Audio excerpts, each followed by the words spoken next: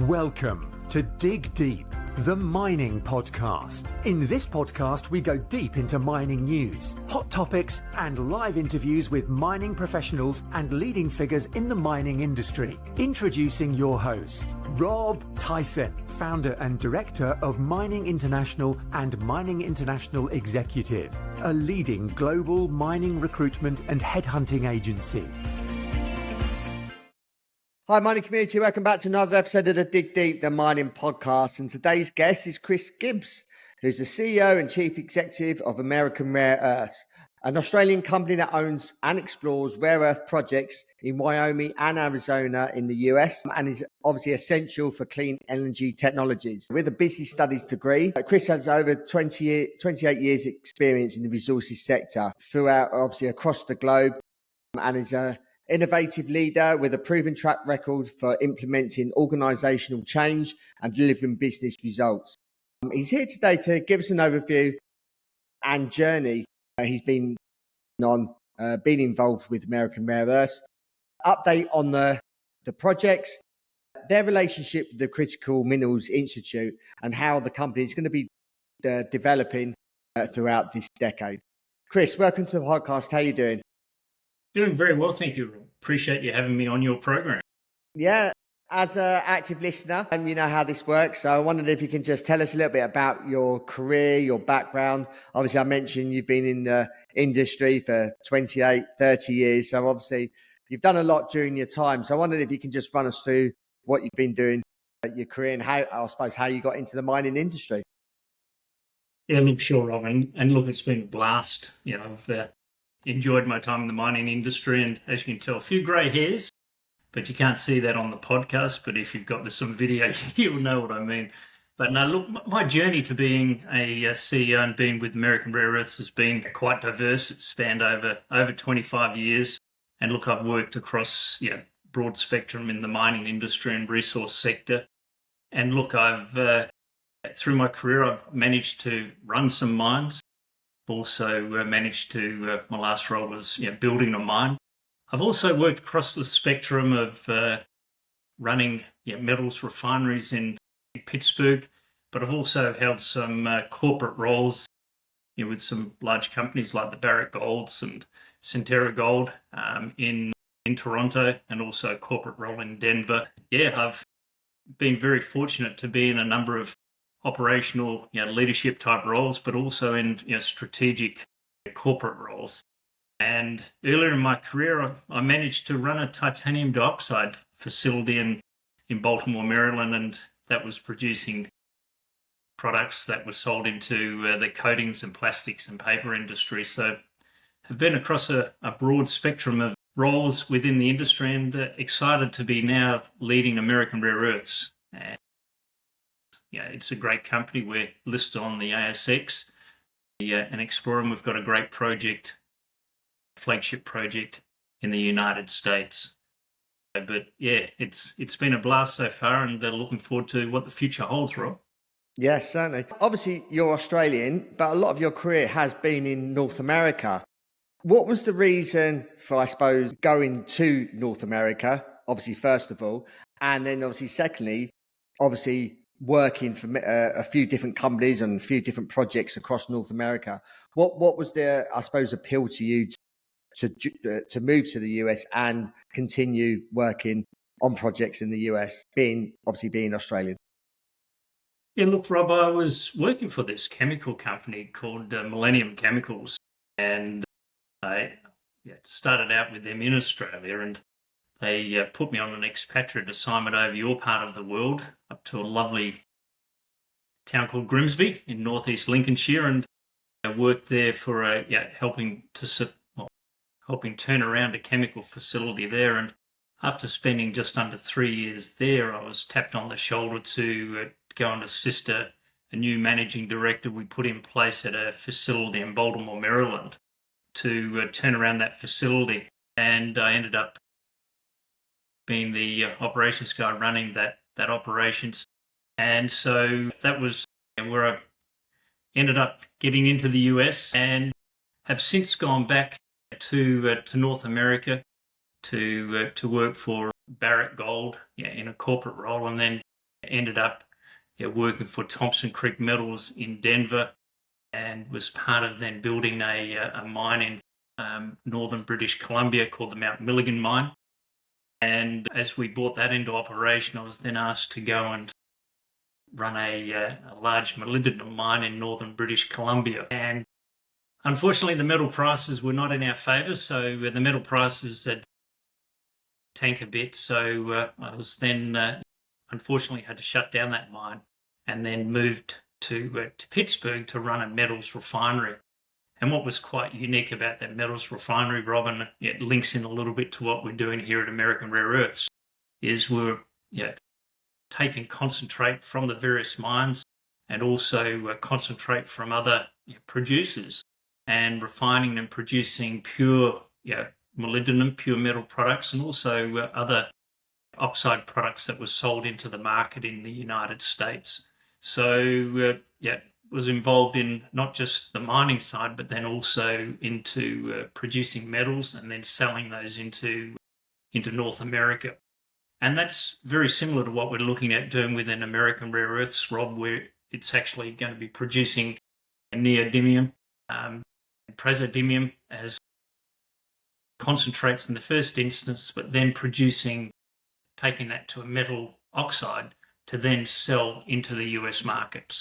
But that's a little bit of the history, and so I've been very fortunate to have been across the spectrum of not only being in running mines, running metal refineries, but forgot to mention, but also was part of building a new mine in Ontario. So have been across the spectrum of mine through to metal, and that's what we're aiming on doing here at American Rare Earths. So I wonder if you can just give us an overview of American Rare Earths, and I suppose also what sets you apart from other rare earth mining companies and with yourself within the industry. Yeah, look, the irony of this is the company is called American Rare Earths, and here you are, you're talking to an Australian who's got a lot of experience in North America. But no, look, we are listed on the ASX, and we started out as an Australian company, and we look, our focus is on rare earths. We're an exploration development company. Our projects are in the United States,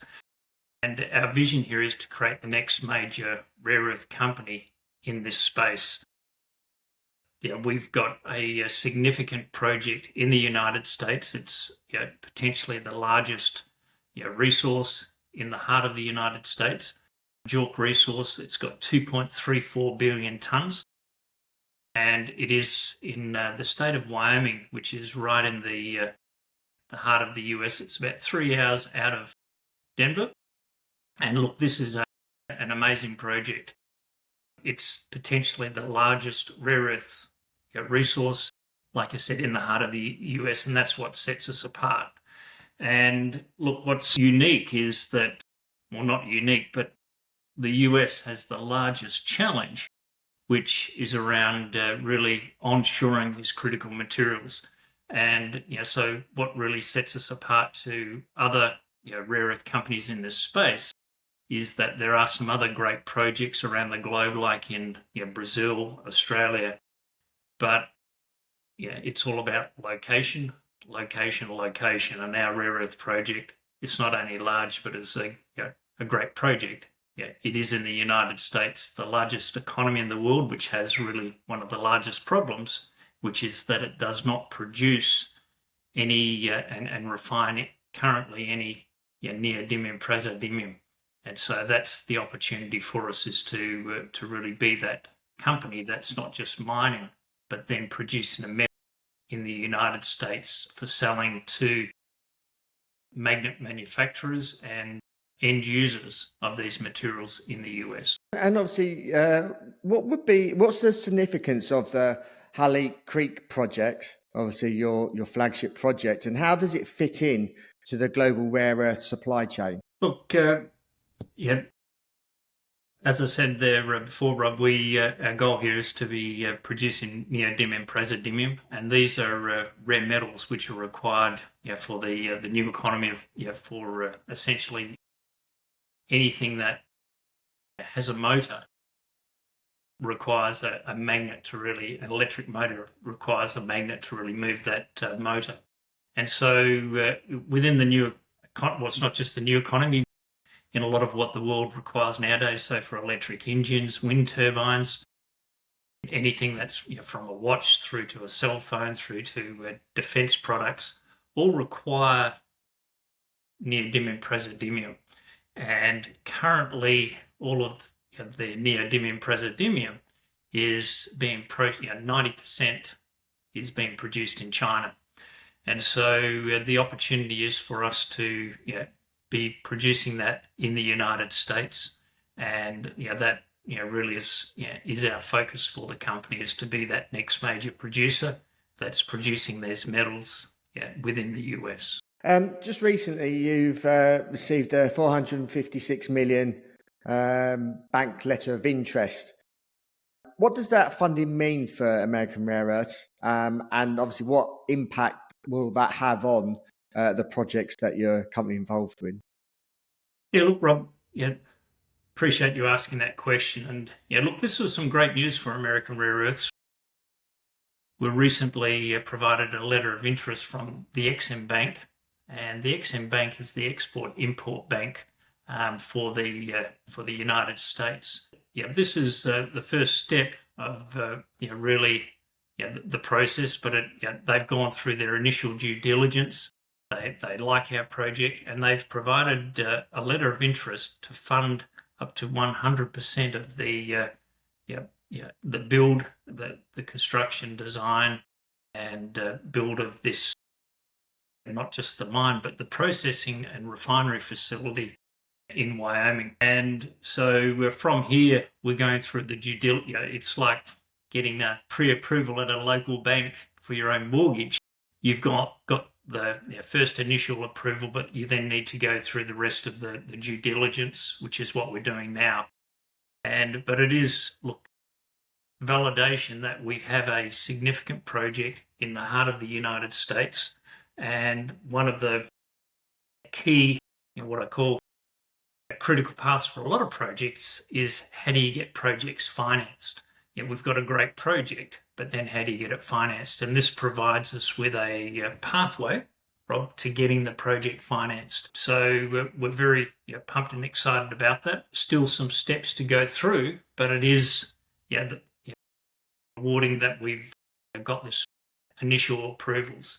But look, the other thing just to note, Rob, it was about 2 months ago that we also were provided, it's 3 months ago now, that we were provided state funding from the state of Wyoming. And so we've also been, and this is a matching funding program for around 10 million Australian dollars for any work that we're doing on the Cowboy State Mine, which is phase 1 of the Halleck Creek project, is actually reimbursed. So every dollar we spend, we get 50 cents back from the Wyoming government. So that's to do with anything developing this project.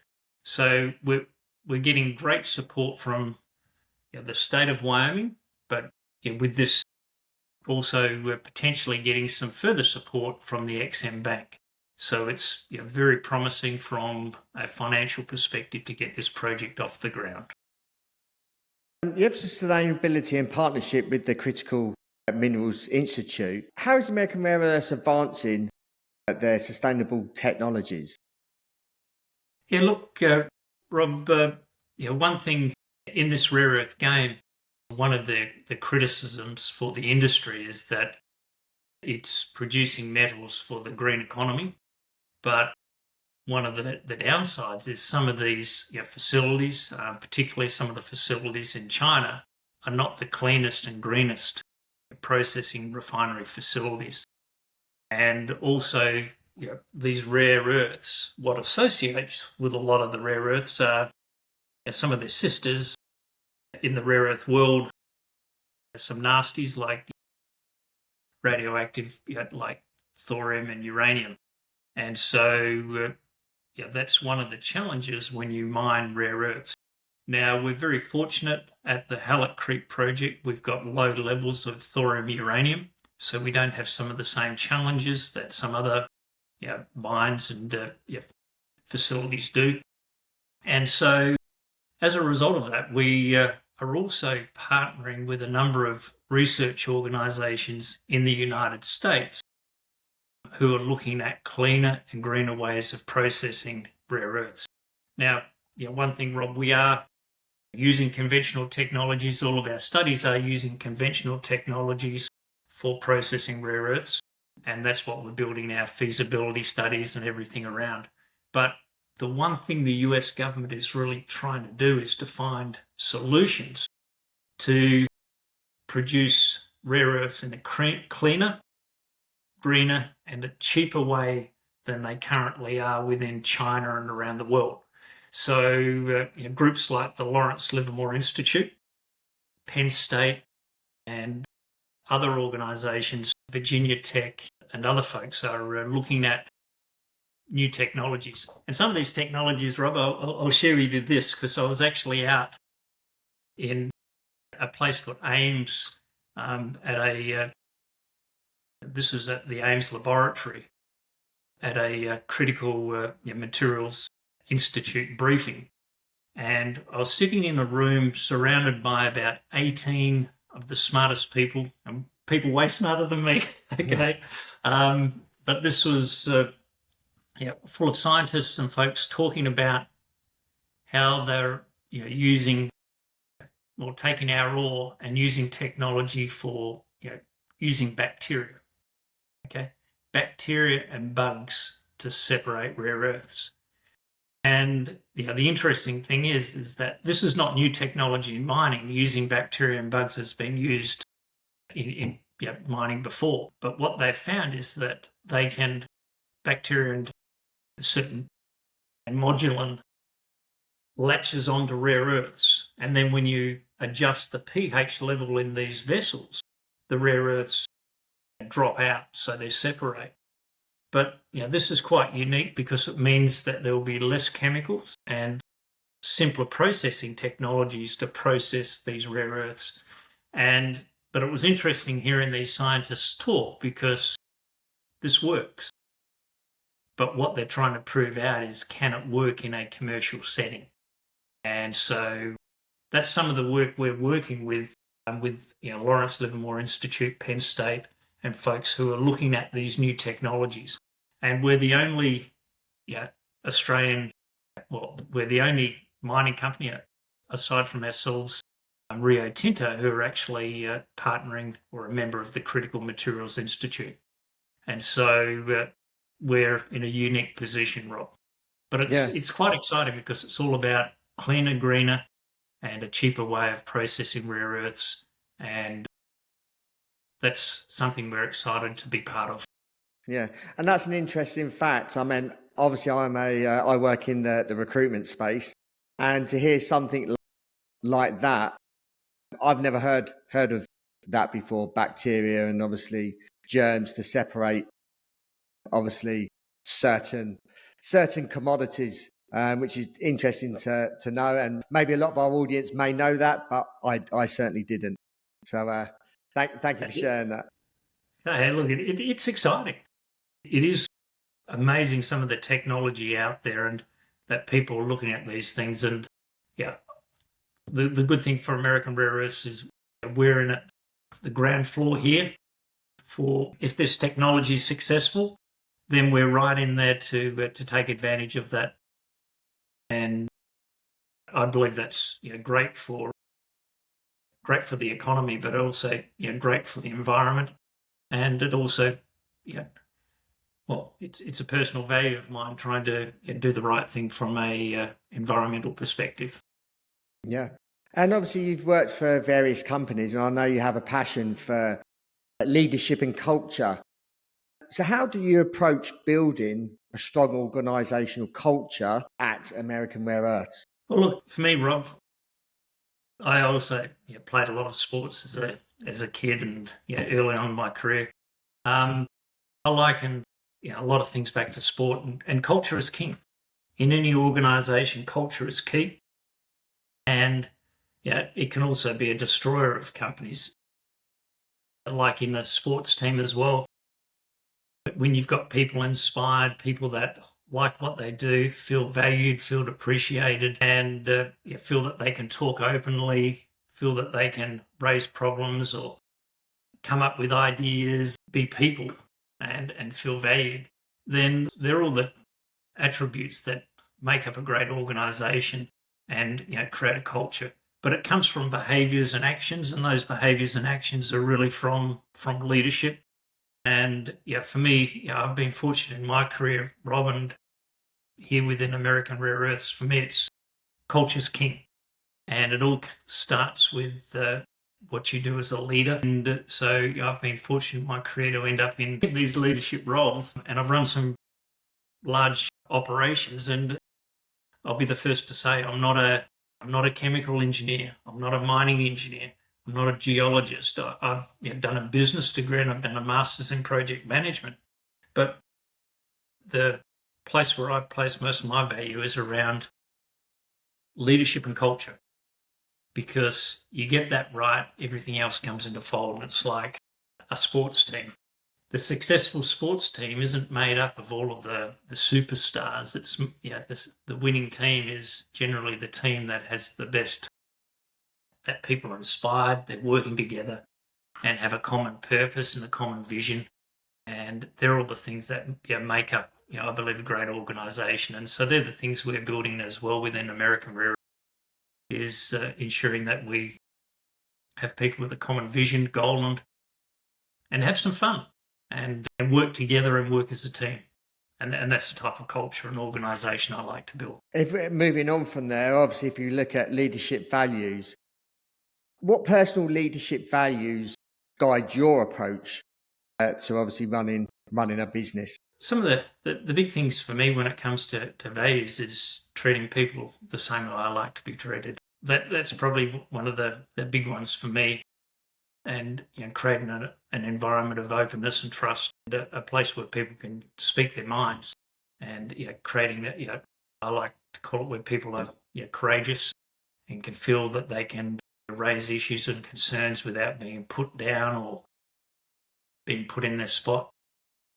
And so, for me, a lot of my values go back to my childhood, Rob, and I always look at who's inspired me, and I also think back to one of the best leaders that I've known.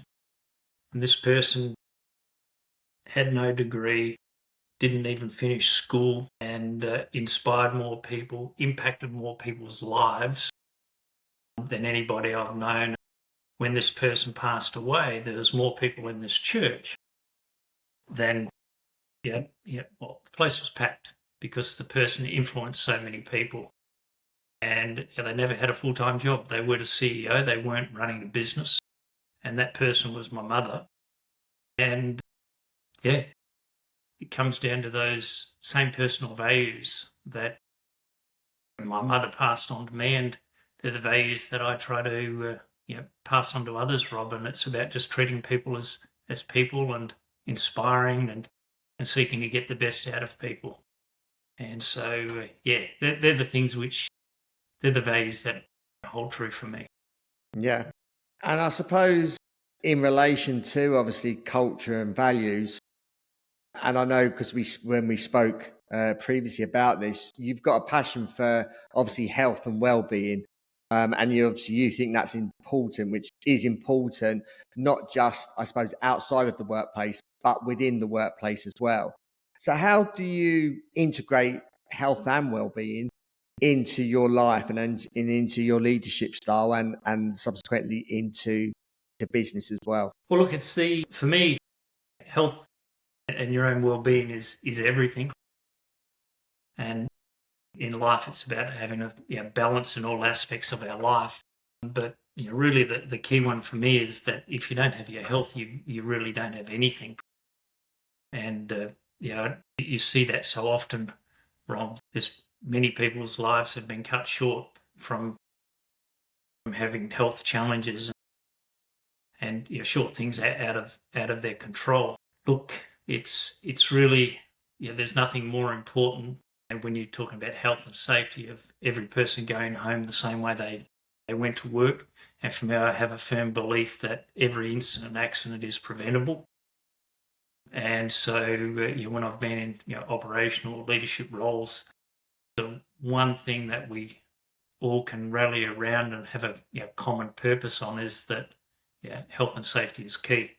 But I always go a little bit further than just the health and safety, which from a work perspective, to really for people to focus on their own personal health and safety, because we can't be there for our families, we can't be there to provide, we can't be there to be the best leader or to live if we're not taking care of ourselves. And so that's one of my personal pieces, is to always try to not just be healthy in terms of from a physical, but also from a mental perspective, and also what we put into our bodies. So try to eat well. I no longer drink and eat meat anymore. I'm probably one of the only plant-based folks that have been running some mines in the past, and always laugh about this, Rob, but I remember I was running this mine in northern British Columbia. A few of the First Nation guys would, they used to have a good laugh at me, and they said, "Chris, we've got a name for you. We call you Bad Hunter."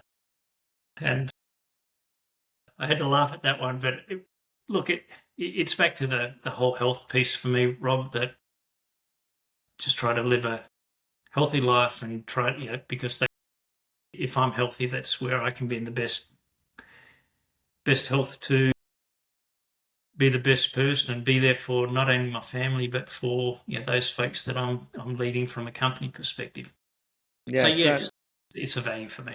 Yeah, no, certainly. And I think a lot of people overlook that in terms of health and well-being, and obviously mental health, which is becoming more and more in our community, and I suppose not just the mining community, but also globally, where mental health is playing a bigger part of people's lives. And I think a lot of people, and if we're talking about our industry, really do overlook at not looking after ourselves, and always maybe rushing around doing this, doing that, and obviously working in the mining industry is tough, whether you're working in a corporate role or whether you're doing a fly out role, which is obviously probably a lot more impact on our lives and on our bodies and our health. And I think obviously what you've brought up there is important, and maybe anyone that is listening, just reflect on what you do on a daily basis, and maybe just change a few things so you are possibly focusing on your health a little bit more than what you were last week. Yeah, and so I do want to just touch on that, because you did raise a good point there about I did talk a lot about just the physical, and obviously the remaining healthy from a inside and outside physical perspective, but the mental perspective is just huge. And again, for me, it's about having raising more awareness about that and talking very openly about those about mental health and awareness. And I share a story with you, Rob. When I was running this mine in northern British Columbia, I was back and forth, and I had some family back in Toronto, and I'm back and forth running a mine, and you do tend to lose sight of things. But we then had a situation where one of my son's friends had in our kitchen in the house that we were in at the time had tried to commit suicide at our place. And my son was home at the time, and fortunately the young person wasn't successful in trying to take their life. But what it did raise and bring to the attention was that as a family, we then started having some open conversations, and took that back to the workplace, and we started also talking about things. And I think it's just so important that we all recognise that it is something, it's an illness, it's something that's real, it touches all of our lives. Out of all of my family, I've found out that I was one of the only people hadn't actually thought about recently about potentially taking my own life. And I reflected on that, Rob, and it was a huge wake-up call, and having these conversations, I think, is just so important. And as business leaders, we need to recognise that the pressures we put on, but to create the right culture where we can have those conversations and that it's okay, and to let people have time to talk openly about stuff, and as leaders try to make a difference. Yeah, anyway, that's just a bit of a story, Rob. I got off track a bit. But No, that's fine. But it's not just about physical well-being, it's about mental well-being. It's about quite honestly, about just trying to be better people, helping each other. Yeah, certainly. If we go back to American Rare Earths and looking at maybe growth opportunities, how is the company positioned itself for the expected market expansion of the rare earth space? Look, Rob, we have potentially the largest resource in the heart of the United States. And right now our focus is really defining this resource, completing our various feasibility studies. We could not be better poised because we are, from a location perspective, we have this largest resource, and we're getting great support from the state government in Wyoming. The Wyoming government want industry in the United States and in their state. And so they've supported us with this initial round of funding. And with the Exim Bank funding, we're well poised as well in the future. With the state of Wyoming, we're also fast-tracking our permitting. Because we're on state lands, we can get this project permitted in less than 2 years. And so we're rapidly advancing our studies and also our environmental baseline monitoring and our permitting processes, so we can get this mine permitted and also then move it through these respective phases. So we believe we're extremely well poised, Rob. I was being interviewed recently, and this person who's an expert in the rare earth industry said, "Wow, Chris, you actually could be the next rare earth mine other than Mountain Pass in the United States." And that's the reality. We've got an opportunity to really build and be that next rare earth mine producing neodymium, praseodymium in the United States. And that's huge. Now we've got to tick off a number of things and move through the project, but we are so well poised. We've got pathway to permitting, pathway to financing. We've successful metallurgy and some good mineralogy results and an outstanding resource.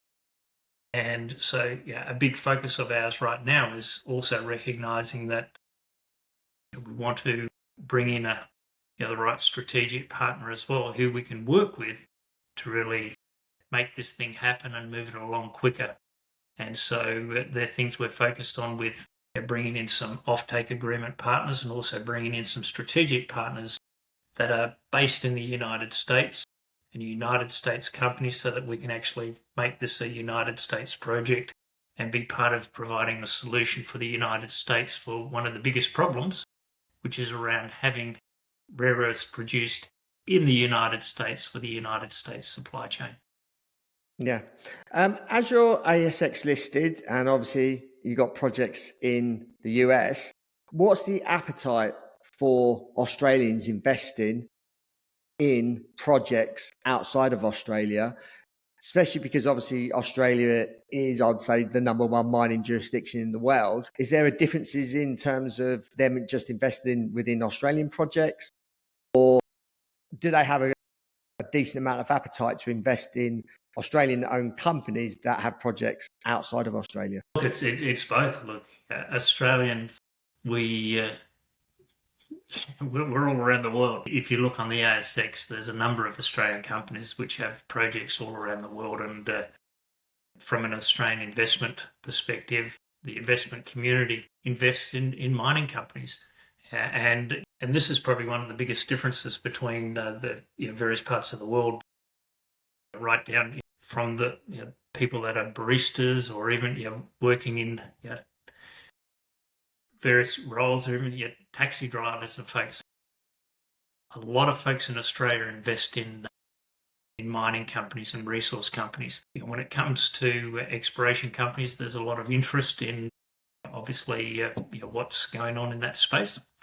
So Australia is very well educated when it comes to mining. There's a very strong mining community and strong investment base. In the US, US investors, a lot of folks speculate, US investors speculate saying technology stocks or medical stocks, not as much at the exploration phase for investors in speculative mining stocks in the US. But unlike Australia, the investors are very strong into obviously the mining and the resource space, because a lot of folks in Australia, that's where we work. Hopefully that answers your question there, Rob. Certainly. Obviously the Australians, we're a big part of it's who we are. We're a very strong mining country. Yeah. And lastly, what's the outlook for American Rare Earths over the sort of next 6 to 12 months? What's the plan of action during that time frame? Look, Rob, right now we have some additional drilling that's going on in this area called the Cowboy State Mine. Just to put this in perspective, we have a 2.3 billion tonne JORC resource. This is only on about less than a quarter of the area of the deposit we've drilled. This deposit we've drilled down to 300 metres, and we're still in the same material. It's open at depth, and this deposit has the potential, I put it out, it's potential to be like the Bingham Canyon or the Boddington Gold Mine in the rare earth game. This has the potential of being the largest resource of this kind. So right now what we're focused on is only one small section, which is the Cowboy State Mine section, which is on the state lands. And so this enables us to fast track and get this permitted. And so right now we're doing drilling on the state section to really define the mine plans. And so we're going after some high grade area in the western part, which has got the higher grade zones. So that drilling's taking place. We're completing metallurgical studies. We've got the environmental baseline studies happening. And so there'll be a lot of news flow around that, Rob. And then the additional pieces is we're also have initiated work on our offtake agreements and also talking to respective strategic partners who can actually work with us to really move this project forward. And with the right partners, we can move this at a much faster rate and also achieve the outcomes and get a better result for everyone involved. Because from a shareholder's perspective, Rob, we recognise that we don't want to dilute our shareholder base as we develop this project. And so that's why for us, our focus is around bringing in a strategic partner and investor at the project level. And so that's really a key for us, not at the corporate level, but at the project level, because that won't dilute our shareholder base and where we can actually develop and bring this project to fruition. Chris, appreciate your time. Thank you for sharing your journey and your experience and telling us more about American Rare Earths and the potential it has. And obviously sharing your thoughts around culture, leadership, and health and well-being, which are all little bits of the puzzle in our daily lives. So really appreciate you sharing your experiences. If our audience wants to reach out to you, if they've got any questions, if they want to follow American Rare Earths, how can they go about doing that?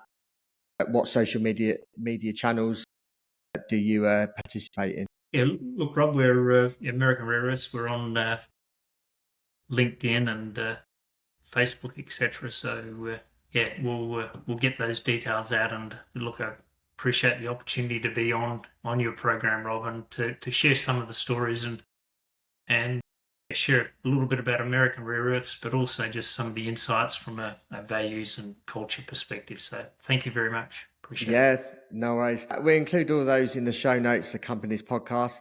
And hopefully, Chris, you can come on sometime next year and give us an update on the company. I look forward to it. Yeah, Thanks, no Ken. worries.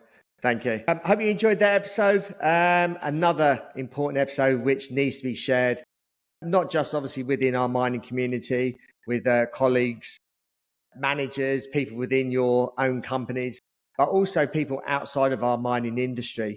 There's a lot of topics that we just discussed there around our industry. You can share this, and some obviously topics around leadership and culture can be implemented obviously in any organisation, but also health and well-being. So there's a few points there. So please share this episode far and wide as usual. Always appreciate your continued support. And until next time, happy mining. Thank you for listening. Remember to reach out to Rob via the show notes and be sure to subscribe and leave a review.